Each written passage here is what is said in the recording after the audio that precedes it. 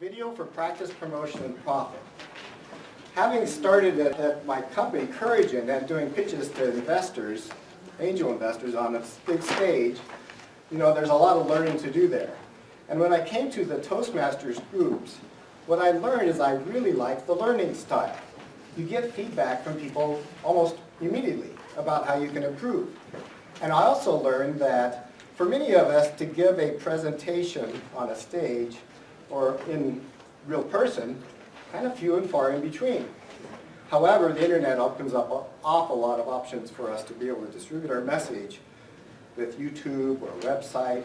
And I felt like that was an area that I could enhance Toastmasters teaching on public speaking with a video experience. So we created this group called the Northern Colorado Video Creators Group. Now when we started out, it was primarily for practice.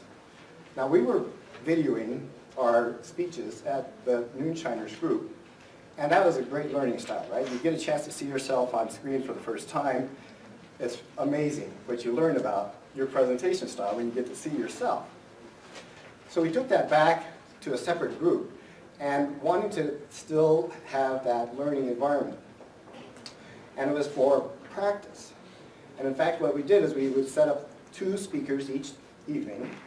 You would do your presentation on video, and then you would play it back with everybody there on a big screen TV, and you could point out what you were doing with your hands and what you're doing with your voice and things like that, just like right away.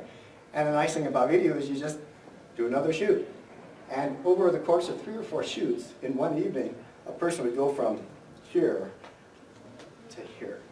It's a really amazing tool to improve your speaking skills, whether they're for video or for just practice. Now as we started publicizing this as a mastermind video meetup group, what we found is other people not in Toastmasters were drawn to the group.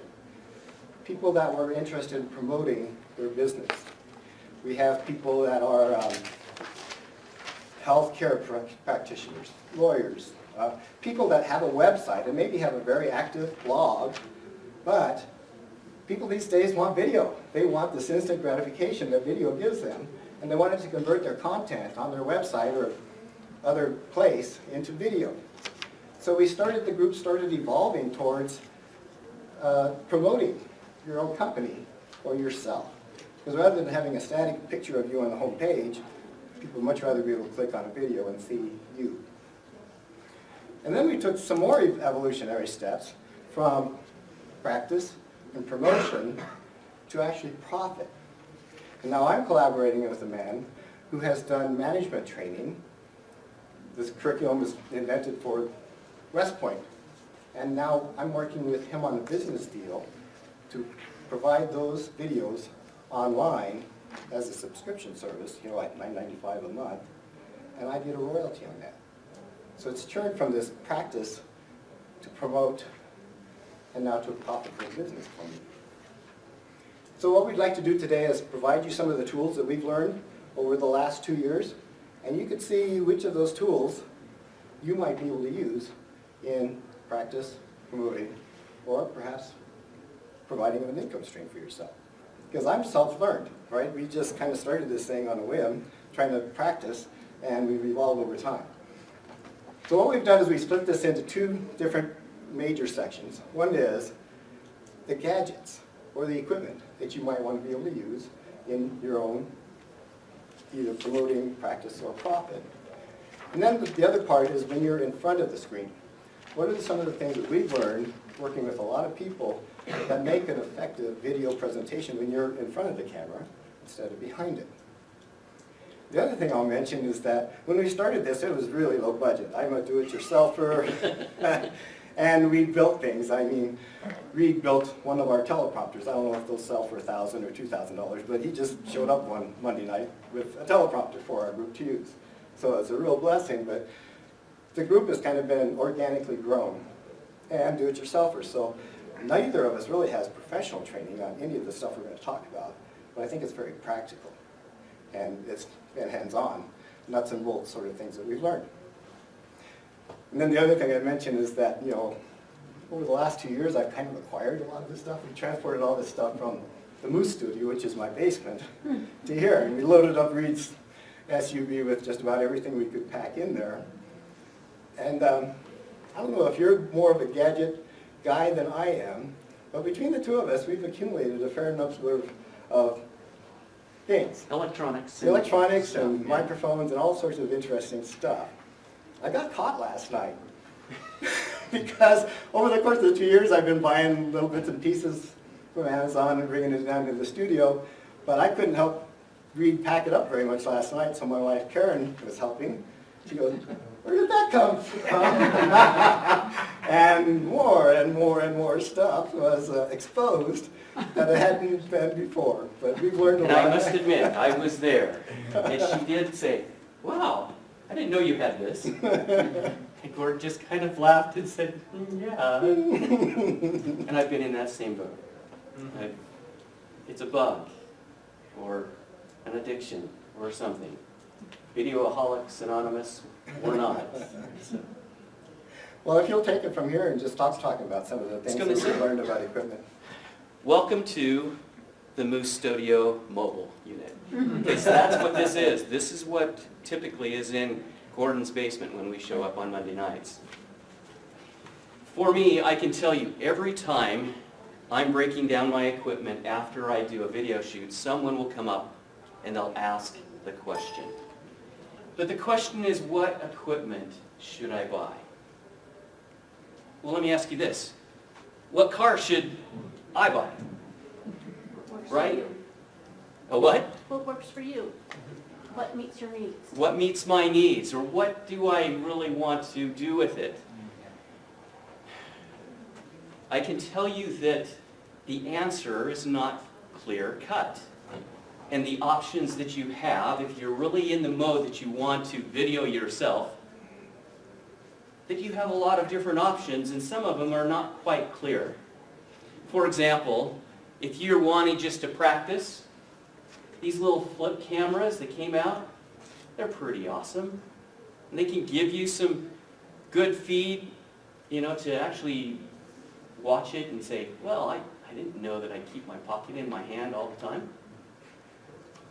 Or cell phones, iPads, tablets, all of those, they will give you really good quality in many cases because camera optics have become so good. It's amazing to see what can come off of a tablet, even a webcam. The challenge, though, comes when you start taking it to the next level. So I have 4 questions here that we'll quickly go through just to answer the question of what type of equipment should I buy. In this case, let's talk about the camera. What quality of video do you want? Do you really want to watch yourself in poor quality audio and video?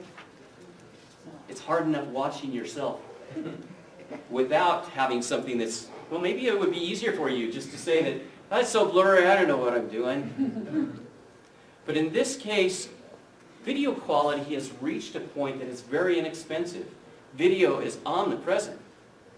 If you don't believe that, just watch the news. Some of the feeds that the news gets are from cell phones and from people just passing by with their iPad going, look, wow, look. So that video quality is really accelerated and it's really good. However, there's a point that if you want high quality, if you're taking it from just the practice to promotion, would you want to promote yourself if it's fuzzy or blurry? No, probably not. You want to make that step up. So, for example, this Nikon DSLR that's here, it's recording at 16.3 megapixels. Whereas this little Canon video camera, it's actually at 3.2. And there's a couple of things that you should know. If you really want dense and colorful images, this camera that's set up for photography, it has a bigger sensor. When I say bigger, it's relative. This one is like a stamp size. This one over here is about the size of the end of your pinky. But the difference is the density of those pixels. This one is about 4,500 by 3,900 pixels. This one over here is actually closer to your video, your high-def video, which is 1920 by 1080. So the difference in those two processors is quite a bit different. The density, though, is very important because you still get the richer quality from the DSLR. But there's some drawbacks. If you just wanted really good quality, then you could say, well, I'll go buy me an expensive Nikon. But that's not the answer in every case. The next question is, how long do you actually want to record video at one time? If you're anticipating recording just a 5 to 7 minute speech at Toastmasters, the DSLR will actually do that.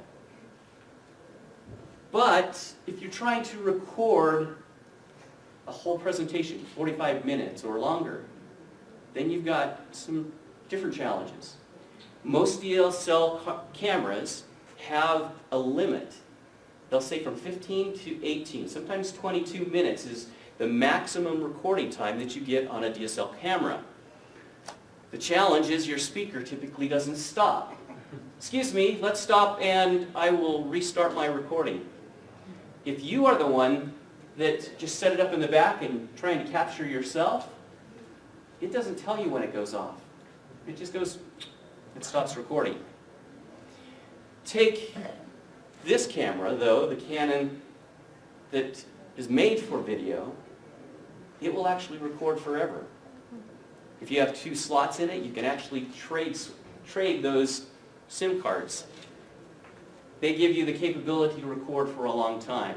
Just with one card, in this case at high def, I can record for 4 hours straight. And what this camera does is it will splice up your actual video into multiple files.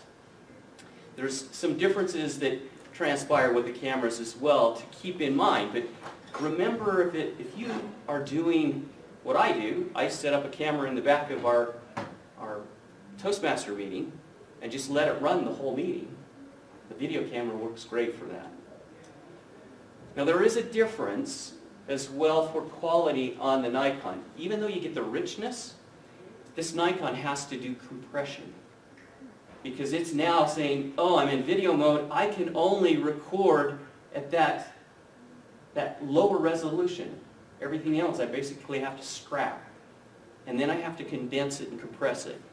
So there's some issues that come around because of that. So it's not just what camera is the best quality. Now you've got to ask yourself, what am I going to use it for? The next one is, what speaking environments are you going to be in? If you speak in auditoriums, and the only place that camera can be set is 100 miles at the back of the auditorium, that little camera is going to have a hard time. It'll be about this big on your image. However, the Nikon and DSLRs in general have the capability to interchange different lenses. We have a couple of those that we can show you how that works, but that gives you the capability to use telephoto lenses or wide angle. In the case of if you're in a conference room and you don't have a wide angle, all you see is your nose because the camera placement is so close. Whereas a wide angle will give you that broad view and actually help you with that. The last one is, how much do you want to spend? Is money no object here? It never is. So I can tell you that there are cost differences, but the cost for video cameras and technology itself has dropped, quite significantly. This little camera over here runs you about $300. You can get even cheaper than that if you don't want some of the features that are on that one. That camera has the capability to run it from a tablet. So you could actually set it and just start and stop from the podium if you want to do it. I've done it. There's some limitations though. It only works in programming mode or automatic mode. We'll show you why that's an important thing not to do. This camera here runs you about $1,200 to $1,500 or more, depending on how many lenses and things that you want to add to it. But let me give you one last caveat. The DSLRs, I don't know why they haven't done it, but they don't put power on many of them. You actually are at the mercy of a power pack or rechargeable batteries. That in itself is one of the limiting factors, and with that processor having to work a lot faster, I can tell you that I get about 38 minutes out of the power pack on this knife. So those are some of the reasons you would make selections of different cameras. To help you out, there's a little grid, and it's actually on your handout. If you're looking at practice only, we have lots of different things that can help you with practicing. The challenge is if you take it to the next step, or if you want to actually see your expressions from the back of the room. All of those are really key to making your decision. And what you do at each level is, it gets a little bit more expensive. I can tell you, if you're looking at profit and promotion, semi-professional equipment that is out there is extremely, extremely good. In fact, a video camera by Canon that I am drooling over is an XA20.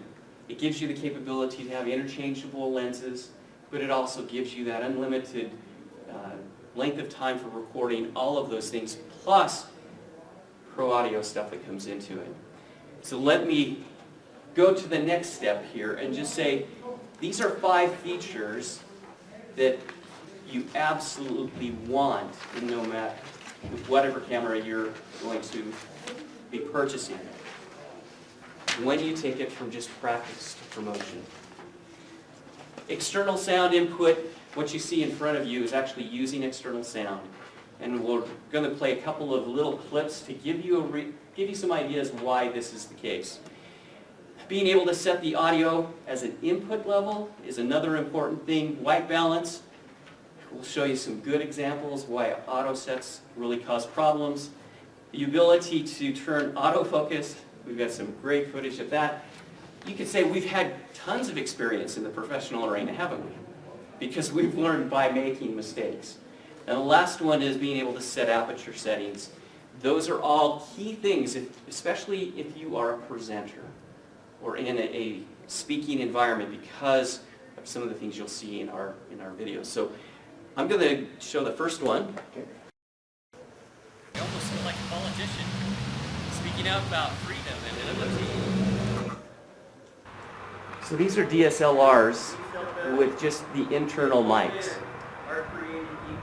And the last one is actually with external. I almost feel like a politician speaking out about freedom and liberty. After cooking hamburgers, I feel like I'm giving a stump speech. So you can tell quite a difference from those audio inputs. Can you tell what's happening on this one?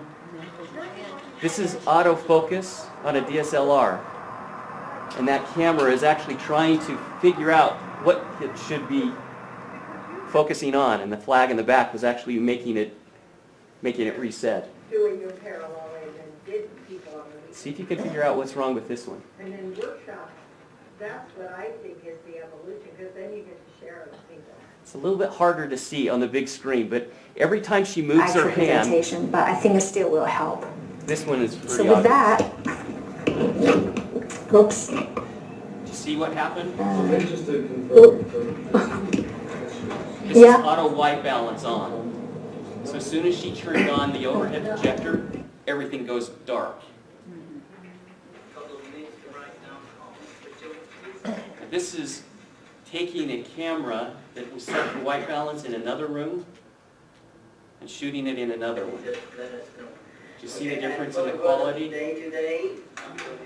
The whites are now white instead of pinks and oranges in the previous one. So automatic is not necessarily the right choice. In fact, when I did the pitch for Shark Tank, they had to send in a video, and my wife and I, Karen, were doing it at a booth, and one of those trade show booths. We were doing the product demo that we were going to be on Shark Tank with. And I had to automatically track people. So as we moved and did the demonstration, the camera kept us dead center, but it made the booth look like it was moving. Like it was in air, space, The booth was moving, but we were standing stone. So a camera that has everything automatic is not necessarily what you will want to use for your shoots for promotion. Let me start talking just a little bit about the next step. You know, when people are watching your video on their computer, the research says that they're doing other things at the same time. They're maybe looking at the video, but they're listening. And they're probably doing email and some other things too. So the audio is actually more important than the video specs that get a lot of publicity. And so we've really revamped the way that we prioritize the stuff that we do. From the video is really darn good with either of these cameras, but the audio is where the rubber meets the road. Well, then making the next transition into the audio section of the whole deal, we have found, and this is Rheid's and my preference, is to use an external digital microphone for your audio. And here's a great example here, the one that, this is a Tascam. That's a Zoom. That's a Zoom, this is also Zoom. But because they record the digital completely separate of your audio channel in your video camera, you'll get a really nice, clean noise floor. It won't have a lot of hiss, and it has a full fidelity of your voice. So these aren't that expensive, but what you have to do then is, you've got your video being recorded on the camera, and your audio is being recorded here. And that's why you have a clapboard. That's right. At the beginning of your shoot, you glue the clap, okay? And then when you use your editing software, you will see a spike in your audio waveform right at that point. And that's how you sync your video to your audio. You get the advantage of a high-quality digital audio recorder without having to trying to fix it with audio processing of this noisy stuff that's coming out of your camera. You could even do something like this. These are little digital audio recorders. Put a little lapel microphone on it. Put it in your pocket if you're wandering around. So there's a lot of good choices on that. That's really our choice, is to have a lapel mic. That would be the next choice. If you're going to go wireless, then I believe that the lapel mics are better. Now the disadvantage of this is if I move my head like this, you might have noticed that at some of the speakers today, it goes down, right? Because they're moving away. And so the over-the-ear microphones, Reed, if you'd bring that one. Sometimes those, yeah, like these kind of things that clip over the ear, these are great, right? They're a little cumbersome to put on, but they're absolutely perfect video audio quality. And if you're moving around in an auditorium, I recommend this. But even these over the head work well. You know, your pastors at your churches will wear things like that because you just don't want to lose that audio quality. So I really like the over-the-ear stuff. They're a little hard to put on, but the audio quality's hot, right on. The last thing on the microphones is a shotgun mic. Now, the problem with those other mics is you can kind of see this one, right? And a lot of the people today, you notice that it was rubbing against their tie, and you got that scratching noise. It's really hard to avoid that with a lapel microphone. What we like is the boom, the shotgun mic, which you see on the boom back there. Now what a shotgun mic does is it funnels all of the sound in a very directional area. So what we do is normally have a boom mic. We have a person doing a standing configuration. We'll have the boom mic up there pointing to their voice. You get the advantage of isolation of their voice, no noise, and you don't have to wear something. What's the variety in terms of cost? That is a good point. That's a really good point. So these wireless mics, what did you do for your wireless lapels? Mine was about $300 a mic. Some of them are cheaper, $150 will give you a good wireless setup. And again, some of it is the features that you want. In Pro Audio, one of the things I wanted was to be able to use it at a facility that had a mixer board. So the XLR connector, these larger connectors that you've seen with audio equipment, some of them are just the little 1/4-inch RCA jacks. So you have a number of different options. Well, and then I'm the do-it-yourselfer guy. I'm sorry? You plug the mics into the camera? So Yeah, in you fact, have this to do that? we have a setup up here that actually shows you how to plug into this DSLR that you'll be able to look at as well. Afterwards, we want you to come interact with us and interact with the teleprompter, actually do a video shoot if you want. Those are things we'd like you just to get a feel for. So the audio, the headset up here, if you want to hear the difference, come up and put the headphones on and just hear what that little mixer does. So on that shotgun mic, if you're moving around, you have to have somebody there moving it? Yes, you working do. the room? No, I'm going to Well- actually use that as a segue to something that's pretty important that I didn't talk about originally, which is in Toastmasters, we're kind of taught, you move around, move. Don't do that with a video shoot. At least in our studio, we don't have somebody moving you. We want to stay in front of a green screen or a backdrop that's fairly fixed. So you need to learn different skills for staying in place. Hand motions, location of your hands, those kinds of things that may be a little different than what you would learn for a live presentation. So most of our stuff is done in a fixed location, and you're right, the shotgun mic then, pretty much we need you to stay within a 2 or 3 foot set area. The lapel mics or lavaliers, they're omnidirectional. So they actually will pick up a lot more sound. So if we were talking together and we only had one mic, if I was here and Gordon was talking to me, it would do a good job of picking up that sound as well. So there are different patterns. This little zoom that I have actually has 3 different settings. One that it acts like it's a shotgun. It has a very small focus, but then you can actually expand it so that it'll pick up a fan of 45, 90 degrees. So there are different options for your mic, what you're going to be using them for. Do you like they're moving to Bluetooth connection with these mics now, so you don't have the wires? Are you a fan of those or not a fan? I will strongly vote against those because Bluetooth has about 100 or 200 millisecond delay. So if you see my voice moving, the audio is going to be delayed by that much. Yep. So for me, my preference is actually wired because it will give you the best and rich quality that you want. But the wireless mics are really good. We haven't found any Bluetooth that will work. Yep. You'll actually have to make those adjustments, and You don't can have fix to almost at all. everything digitally later on, but you don't want to have to hassle with something like that. You'll spend 3 to 1 on post-processing your audio, video clips compared to the shoot. With Bluetooth? Just in general, if you're trying to clean up the audio or make fixes and things like that. So the best thing is get the good mic and get the good connection and save time up front. That would be my recommendation. Yeah. That's a good summary. I have It's a hard couple to of do, videos. yeah. Should we show them Okay, real yeah, quick? let's do that. He's my warm-up act. This is great. This is a white balance issue. Here's a DSLR.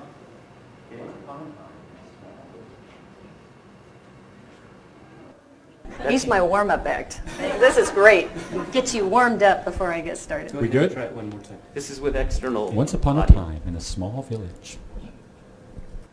So can you see the difference between that external mic and the internal?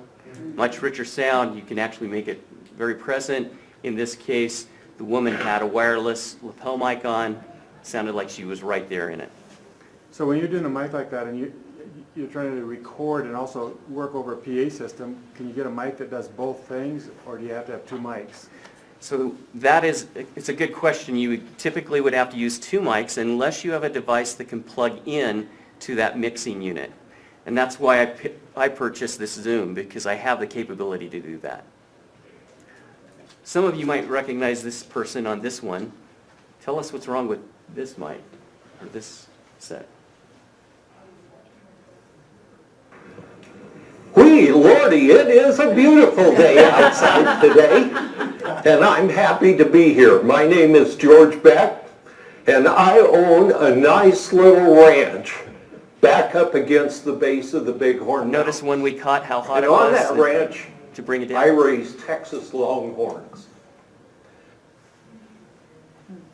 This one I hope we can hear. This is where we're really. You can barely hear it with these speakers. Can you hear the hiss? Oh, yeah, that's pretty. So they're overgained. So that means you need to back off on that and move your mics closer to your person. For us to be both embracing it and giving it.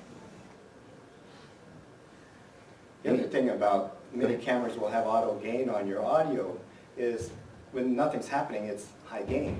And as soon as they start speaking, it adjusts, right? So at the beginning of your audio, it's going to be and then it'll go down like this, and that's really hard to digitally compensate for. So that's why we recommend using a manual audio setting ahead of time. That's why you do the sound check, so you don't get that whooshing sound. So someone has to be manipulating the same? Well, you set it up on the camera ahead of time. Yeah. You just look at the little view meters that they have in the camera and set it 2/3 or so. Most of them So you have need to do a the green, sound check yellow, and red before. check. Oh, yes. Do the Yes, sound you check always before. want to do that. And you want to actually set your white balance beforehand as well. And that's what Rheid was doing at the beginning here. I was holding up this. Is white. It's full spectrum white. So you hold that in front of the camera, and the camera electronics can say, this is white. And it'll adjust its settings for that. If you have it pointing to something like that, it tries to figure out, well, what is white? Well, I'm not exactly sure. And it oftentimes doesn't do a very good job, and it depends on the kind of lighting. If it's tungsten or fluorescent lighting, it'll do something worse. So your flesh tones look pretty bad. Any sort of color accuracy is shot if you don't use manual white balance with a target that is white. So one of the challenges with audio is filming outside. And this one will give you an idea of wind noise from an external. That's actually, I mean, really your body is always detoxifying because things even like lactic acid. So, you know, your That's body's internal on the DSLR. natural And the next production. segment is actually The first thing this I want to unit talk about acting as is a why more gut health is socket. so important. Because we ignore our guts Nope. a lot. In this case, We there was no ignore windscreen. The way our So it stomach automatically We did ignore some of the the way it processing of feels clipping here. some of the height And I want to pieces change and- that. The last one is misplacement, and lavalier mics, they have a problem. You heard it today on stage when they went and hugged. It's like, whoa, whoa, whoa, whoa, whoa. You know, you heard that. The other is padding, or it's just misplaced. This is one of my favorite, and you'll hear why.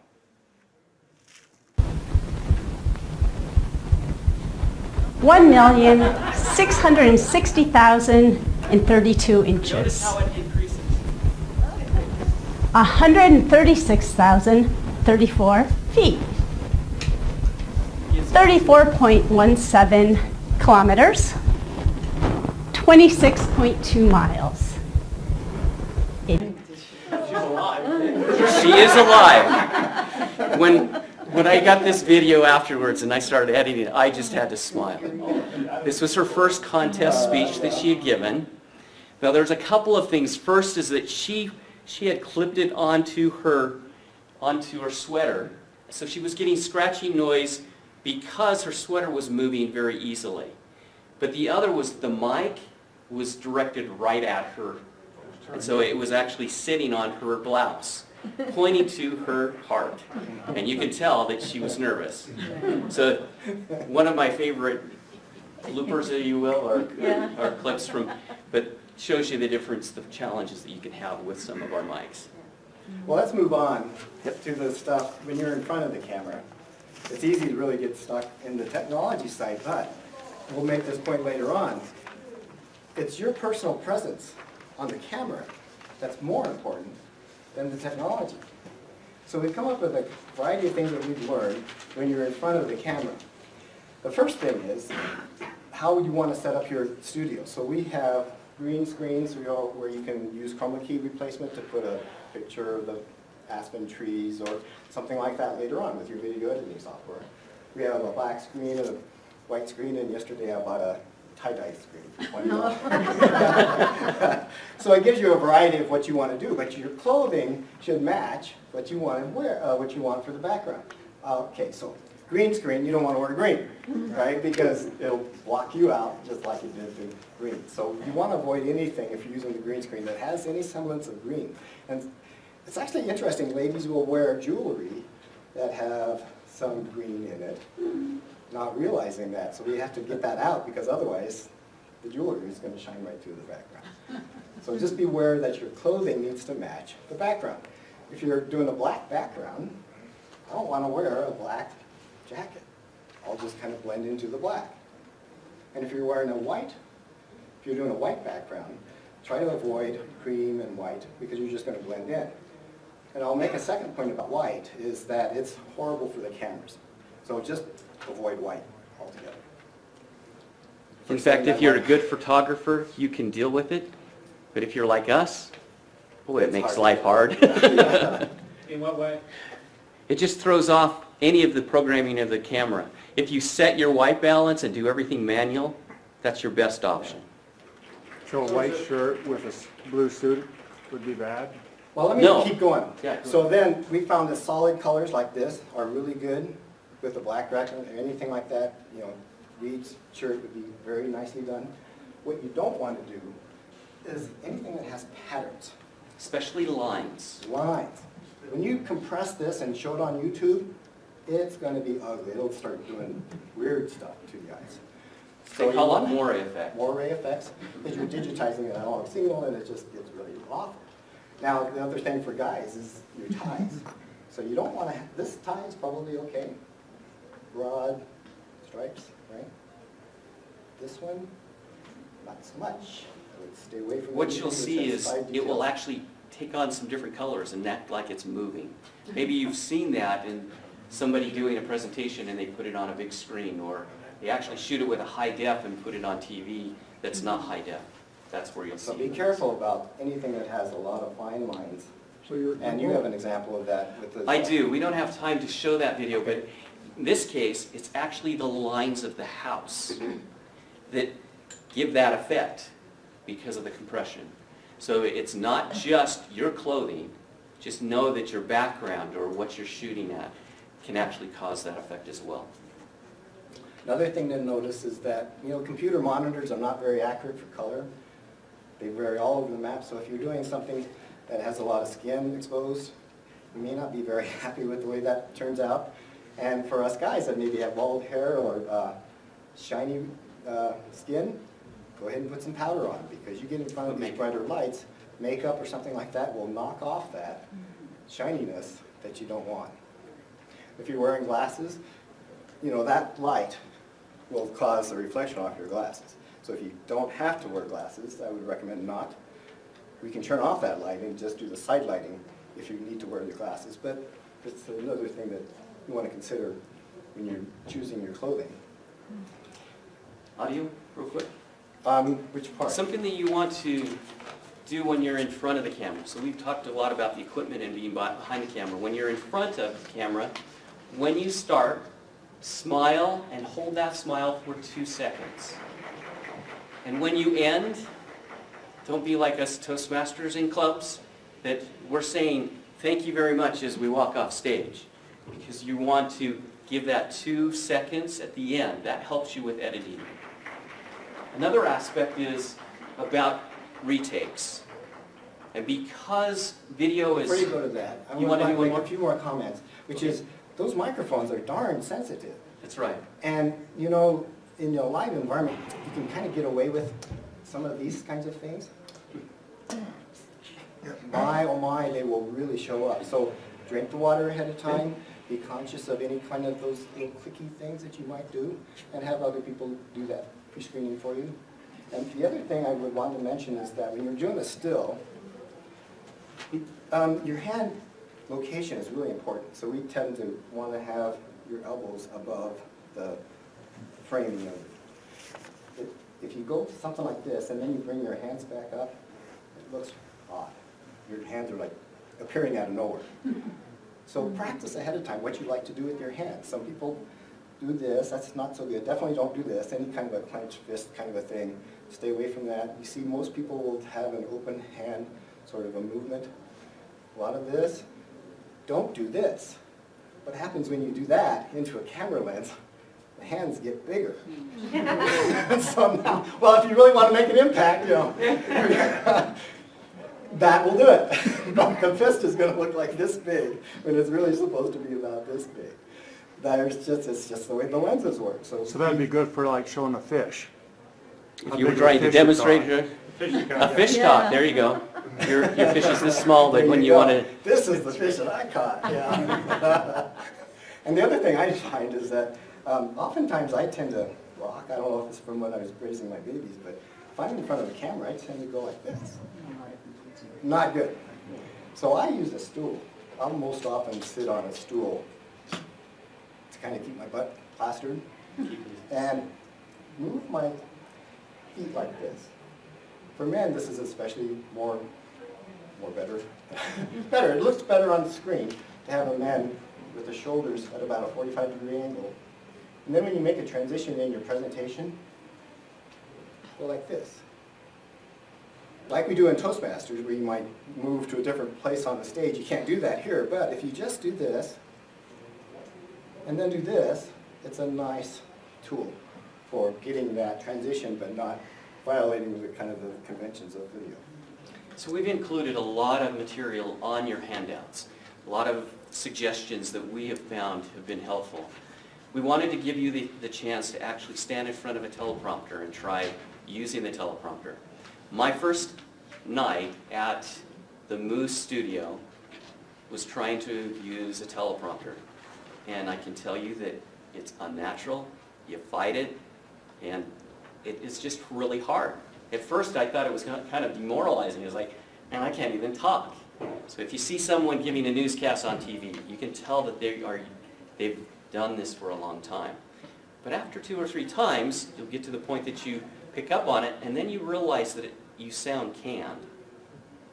And so the best option is to use cue cards or a little whiteboard or something like that to give you your outline and tell your story.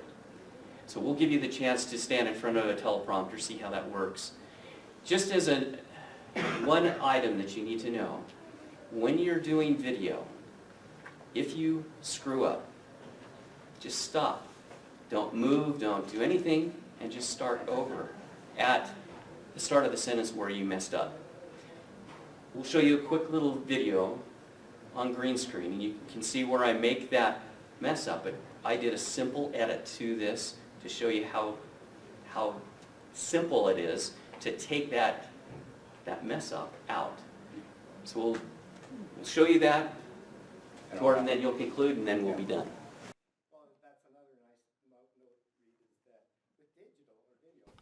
They really speak your speak. Well, sorry, Bob.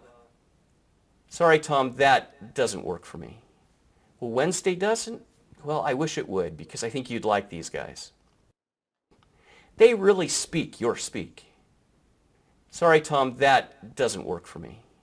Well, Wednesday doesn't? Well, I wish it would, because I think you'd like these guys. That only took just a matter of about 2 minutes to find the right place in the editing tool to make it happen. So there's a lot of advantages to using audio and all of this technology, but the point I really want to drive home, and one of the speakers just said it earlier, which is authenticity is going to trump the technology. Authenticity is going to trump technology. You can have the best equipment in the world, but if your viewers on YouTube see you as being unauthentic, you know, you're kind of contrived, you're not relaxed, it's not going to do well. No matter how good the video quality, no matter how good the audio quality is, you want to be you. And the best way that I know to do that is to practice. You know, do the kind of things like we do in our mastermind. You just do it over and over and over again, and you become you in front of a camera instead of trying to force it. And the last point about that is if you are doing if you're a business like a CEO and you want to do a professionally produced video, and you think you're going to walk into a studio like this, like I did one time, and you're getting charged $200 an hour, and you haven't practiced being in front of a camera before, you're going to waste a lot of people's time. But by just doing it yourself, practice ahead of time, you'll get all of that stuff out of the way, and so you show up at the professional's studio, knock it out, you know, and you get it done in a half an hour instead of 2 hours of a lot of people going, come on, get it together, you know, you're the CEO of the company, why don't you figure out how to do video? And no, it doesn't come natural. It's something you have to work at and practice, and it's a little bit different in video format than it is in a Toastmasters environment. Wonderful. Okay.